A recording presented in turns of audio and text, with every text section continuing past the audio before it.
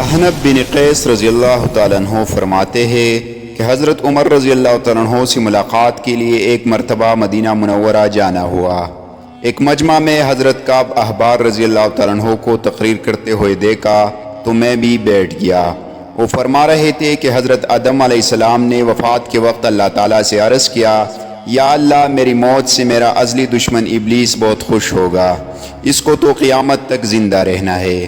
جواب ملا، آدم تم انتقال کے بعد جنت میں چلے جاؤ گے اور وہ ملعون قیامت تک دنیا ہی میں رہے گا۔ آخر میں اس کو موت آئے گی تاکہ ساری دنیا کے لوگوں کے برابر موت کی تکلیف اٹھائے۔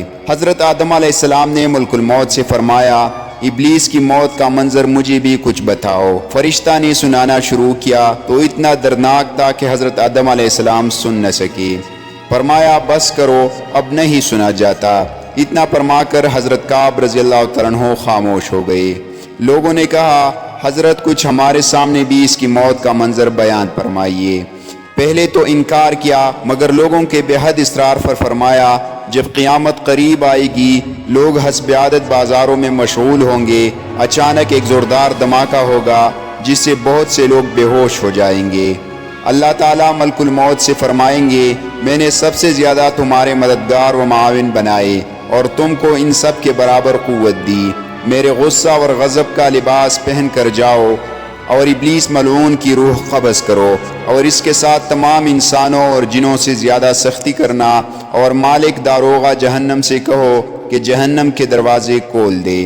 ملک الموت غیظ و غضب میں بڑے بہت سے فرشتوں کے ساتھ دنیا میں اس طرح آئیں گے کہ آسمان و زمین والے دیکھ لے تو خوف کے مارے پگھل جائے۔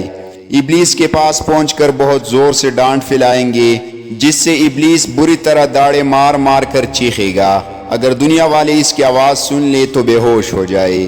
ملک الموت ابلیس سے کہیں گے، خبیث تو نے بہت طویل عمر پائی اور بے شمار انسانوں کو گمراہ کیا جو تیرے ساتھ جہنم میں جائیں گے۔ آج ان سب کے برابر تجھے موت کا مزہ چکاؤں گا۔ تیری مہلت اور ڈیل کا وقت ختم ہو چکا، اب تو موت سے بھاگ نہیں سکتا۔ ابلیس گھبرا کر مشرق کی جانب بھاگے گا تو کبھی مغرب کی جانب، لیکن ہر طرف اپنے سامنے ملک الموت کو پائے گا۔ سمندر میں گھسنے کی کوشش کرے گا تو سمندر نکال پھینکے گا۔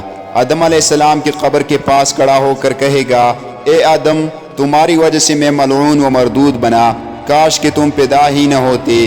پھر ملک الموت سے کہے گا، کتنی سختی اور تکلیف کے ساتھ میری جان نکالو گے؟ فرمائیں گے، جتنے لوگ جہنم میں ہے ان سب کی موت سے کہیں زیادہ تکلیف اور سختی کے ساتھ۔